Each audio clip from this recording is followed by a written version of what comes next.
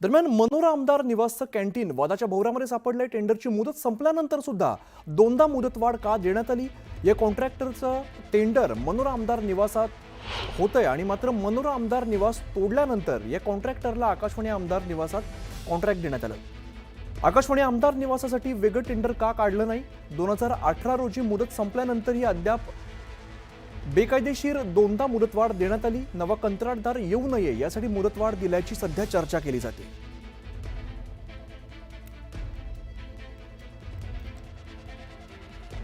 मनोरा आमदार निवासचं कॅन्टीन जे आहे आता वादाच्या भोवऱ्यात सापडलेल्या टेंडरची मुदत संपल्यानंतर सुद्धा दोनदा मुदतवाढ का देण्यात आली असा सवाल उपस्थित केला जातोय। या कॉन्ट्रॅक्टरचं टेंडर मनोरा आमदार निवासात होतं, मात्र मनोरा आमदार निवास तोडल्यानंतर सुद्धा या कॉन्ट्रॅक्टरला आकाशवाणी आमदार निवास देण्यात आलं। आकाशवाणी आमदार निवासासाठी वेगळं टेंडर का काढलं नाही? तसंच 2018 रोजी मुदत संपल्यानंतरही अद्यापपर्यंत बेकायदेशीर दोनदा मुदतवाढ दिली आणि नवा कंत्राटदार येऊ नये यासाठी मुदतवाढ दिल्याची चर्चा सध्या केली जाते।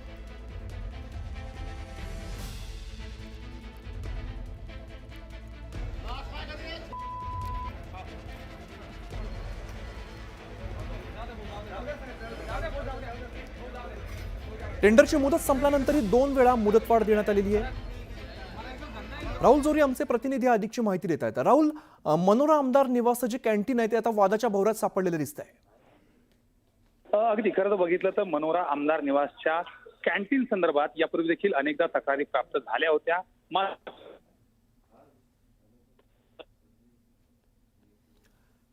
राहुल यांच्याशी पुन्हा एकदा संपर्क साधण्याचा प्रयत्न करूया, मात्र महत्त्वाची बातमी अशी समोर येते की मनोरा आमदार निवासाचे जे कॅन्टीन आहे ते आता वादाच्या भोवऱ्यात सापडले, कारण टेंडरची मुदत संपल्यानंतर सुद्धा 2 वेळा मुदतवाढ देण्यात आलेली आहे। तरी मुदतवाढ नेमकी का देण्यात आली असा सवाल आता उपस्थित केला जातोय।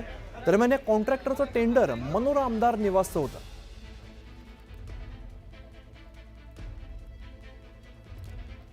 दरम्यान आमदार निवासातील कॅन्टीनमध्ये पुन्हा एकदा राडा झालेला आहे। कॅन्टीनमधील वेटर भिडलेले आहेत। निकृष्ट जेवणावरून आमदार संजय गायकवाड यांच्या राड्यानंतर एफडीएच्या तपासणीनंतर आता कॅन्टीनमध्ये काम करणारे वेटरच आपापसामध्ये भिडलेले आहेत। इतर कर्मचाऱ्यांनी मध्यस्थी करत ही सगळी परिस्थिती जी आहे ती नियंत्रणात आणली आहे। तर आमदार निवासातील कॅन्टीनमध्ये आता पुन्हा एकदा राडा झाल्याचं आपल्याला बघायला मिळतंय। कॅन्टीनमधील वेटर एकमेकांच्यात भिडलेले दिसत आहेत। खरं तर निकृष्ट जेवणावरून आमदार संजय गायकवाड यांच्या राड्यानंतर पुन्हा एकदा इकडे राडा झालाय। सुस्मिता वधाणे आमच्या प्रतिनिधी अधिकची माहिती देतात। सुस्मिता, आपण बघतोय आमदार निवासातील कॅन्टीनमध्ये आता पुन्हा एकदा राडा झाल्याची बातमी समोर येते। खरं तर ज्या पद्धतीने संजय गायकवाड यांनी काल रात्री मारहाण केलेले व्हिडिओ समोर आले होते, त्यानंतर आता आपण बघतोय की याच कॅन्टीन मधल्या कर्मचाऱ्यांमध्ये मारहाण झाल्याचा दुसरा व्हिडिओ समोर आलेला आहे। एफडीए कडनं संजय गायकवाड यांच्या तक्रारीनंतर थेट या कॅन्टीनची पाहणी करण्यात आली।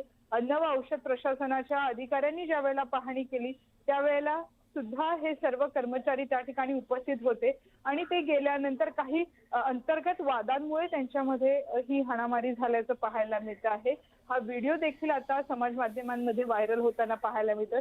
एकीकडे संजय गायकवाड यांच्या कृतीबद्दल अनेक अर्थांनी प्रश्न निर्माण केले जात आहेत। लोकप्रतिनिधी असूनही त्यांनी कायदा हातात घेतला म्हणून त्यांच्यावरती टीका होते। तर दुसरीकडे जे आमदार निवास आकाशवाणी आमदार निवासामध्ये कायम खाण्यासाठी किंवा तिथे अनेक कामांसाठी मुंबईत येणारे जे नागरिक आहेत त्यांच्याकडनं सुद्धा आता या संपूर्ण प्रकरणामध्ये खाद्यपदार्थांची तक्रार ही केली जात आहे। त्यांच्याकडनं ही वारंवार चुकीच्या पद्धतीनं गुणवत्ताहीन असं खाणं आपल्याला खाद्यपदार्थ आपल्याला दिले गेले होते अशी तक्रारी मिळत होती आणि त्याच्यातनंच हा एक नवीन वाद झाला। अगदीच नवीन वाद आता परत एकदा बघायला मिळतो। सुस्मिता, धन्यवाद या सगळ्या सविस्तर माहितीसाठी।